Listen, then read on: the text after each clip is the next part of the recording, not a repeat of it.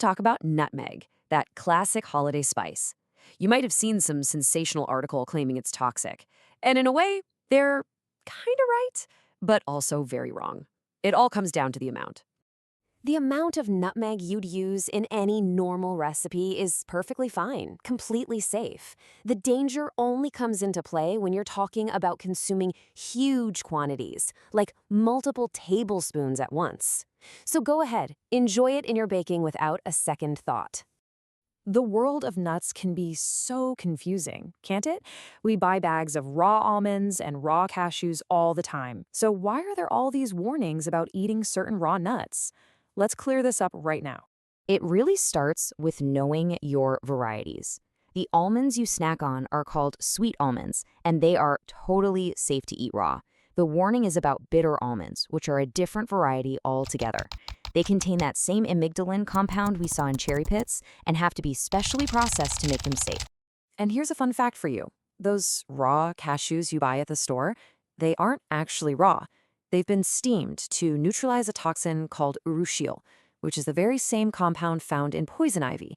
It's just another great example of how a little bit of processing can make a food perfectly safe and delicious. All right, time for our final case study, and it's a big one: brown rice. On one hand, it's praised as a health food champion. On the other, it's been targeted with warnings about arsenic. So what is the real story here? This comparison really gets to the heart of it. Brown rice can have more arsenic, and that's because the arsenic concentrates in the outer layer, the bran. But here's the catch. That bran is also where all the good stuff is, like the fiber and nutrients. So what are you supposed to do? So should you just avoid brown rice? No, that's not the answer. The key is all in the preparation. Rinsing your rice thoroughly before you cook it and using plenty of water to cook it in can lower the arsenic levels significantly. That way, you get all the nutritional benefits without the worry. So we've covered a ton of ground, from the really clear dangers to the much more complicated situations. Now let's boil all of this down into a simple, actionable playbook you can start using in your own kitchen tonight.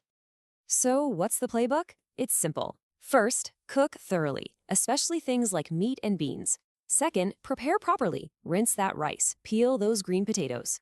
Third, remember that moderation is key. Fourth, know your varieties. Sweet almonds, not better. And finally, maybe the most important rule of all: when in doubt, throw it out. Trust your instincts. With these principles, you can approach your kitchen with a feeling of confidence, not fear. At the end of the day, knowledge is the ultimate antidote to anxiety.